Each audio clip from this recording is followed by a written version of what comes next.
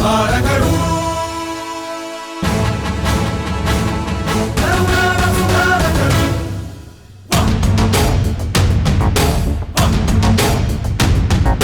ವಚನಾಪ್ರಿಯ ಮಹಬೋಧಕರು ಕದನಾಪ್ರಿಯ ಮಹರಕ್ಷಕರು ಬಹುಭಾಷಾ ಪ್ರಿಯ ಪೋಷಕರು ಸೃಜನಾಪ್ರಿಯ ಕವಿಗಾಯಕರು ಸಾಧಕರು ನುಡಿನಾಯಕರು ಸುಧಾರಕರು ಕರುನಾಡ ಸುಧಾರಕರು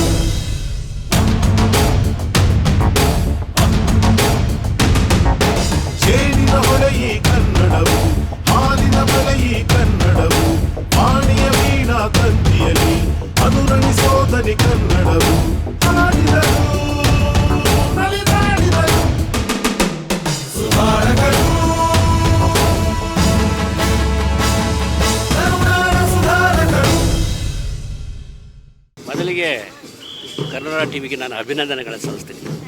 ಅದು ಒಂದು ಸಬ್ಟೈಟ್ ಹಾಕಿದ್ರಿ ಅದ್ರ ಕೆಳಗಡೆ, ಇದು ಕನ್ನಡಿಗರ ಧ್ವನಿ ಅಂತ. ಅದು ಅಂಡಪಸ ಸತ್ಯ ಅಂತ ನನಗೆ ಅನಿಸ್ತು. ಅದು ಇವತ್ತಿನ ಈ ಕಾರ್ಯಕ್ರಮದ ಪೂರ್ವ ತಯಾರಿ ಇದೆಯಲ್ಲ, ಅದು ನೋಡಿದಾಗ ಖಂಡಿತ ಇದು ಕನ್ನಡಿಗರ ಧ್ವನಿ ಅಂತಕ್ಕಂಥದ್ದು ಕಾಣಿಸುತ್ತೆ ಕಣ್ಣಿಗೆ. ಅದು ಬರೀ ಮಾತಲ್ಲಿಲ್ಲ ಅಥವಾ ವಾಕ್ಯದಲ್ಲಿಲ್ಲ, ಇದು ಕೃತಿಯಲ್ಲಿದೆ. ಅದು ಕೃತಿ ಬರಬೇಕು ಅಂತ ಅದರಲ್ಲಿ ಒಂದಷ್ಟು ಮೆದುಳುಗಣ್ಣು ಬೇಕು, ವಿಶಾಲವಾದ ಹೃದಯ ಬೇಕು. ಆಮೇಲೆ ಈ ಮಣ್ಣಿನ ಹುಟ್ಟಿದ ಮೇಲೆ ಆ ಮಣ್ಣಿಗೆ ಏನಾದರೂ ಕೊಡಬೇಕು ಅಂತಕ್ಕಂಥ ಆಸೆ ಅಭಿಲಾಷೆಗಳಿರಬೇಕು. ಆಮೇಲೆ ಇಲ್ಲಿ ಬದುಕಿದ್ದೀವಿ ಅಥವಾ ಇಲ್ಲಿ ಏನೋ ಅನ್ನ ತಿಂದಿದ್ದೀವಿ ಅಥವಾ ಜೀವಿಸಿದ್ದೀವಿ, ಇದಕ್ಕೇನಾದರೂ ನಾನು ನೀಡಬೇಕು ಅಂತ ಅಂದಾಗ ಈ ಥರದ ಒಂದು ವಿಭಿನ್ನ ಆಲೋಚನೆಯ ಕಥೆಗಳನ್ನು ಅಥವಾ ಕಾರ್ಯಕ್ರಮಗಳನ್ನು ಆಯೋಜಿಸುವ ಮೂಲಕ ಕನ್ನಡಿಗರ ಎಲ್ಲ ಮನಸ್ಸುಗಳನ್ನು ಗೆಲ್ಲುವ ಕಾರ್ಯಕ್ರಮ ಇದಾಗಿದೆ ಅಂತ ನನಗೆ ಅನ್ಸುತ್ತಮ್ಮ.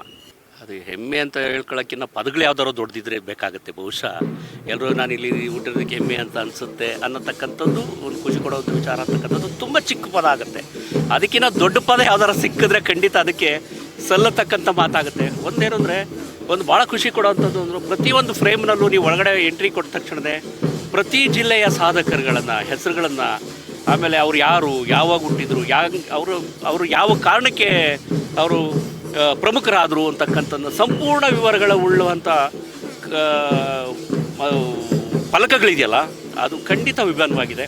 ಮತ್ತು ಭಾರತ ರತ್ನ ಇರ್ಬೋದು, ಕರ್ನಾಟಕ ರತ್ನ ಇರ್ಬೋದು, ಅಥವಾ ಉಳಿದ ರಾಜಕೀಯ ವ್ಯಕ್ತಿಗಳು ಯಾವ್ಯಾವ ಜಿಲ್ಲೆಯಲ್ಲಿ ಯಾರ್ಯಾರಿದ್ದರು, ಆಮೇಲೆ ಕೇಂದ್ರ ಸಚಿವರು ಯಾರ್ಯಾರಿದ್ರು, ಇದು ಸಂಪೂರ್ಣ ಒಂದು ಕೈಪಿಡಿ ಇದು. ಅದನ್ನು ನೀಡುವ ಬಟ್ ಅವ್ರ ಪರಿಕಲ್ಪನೆಗೆ ನಾನು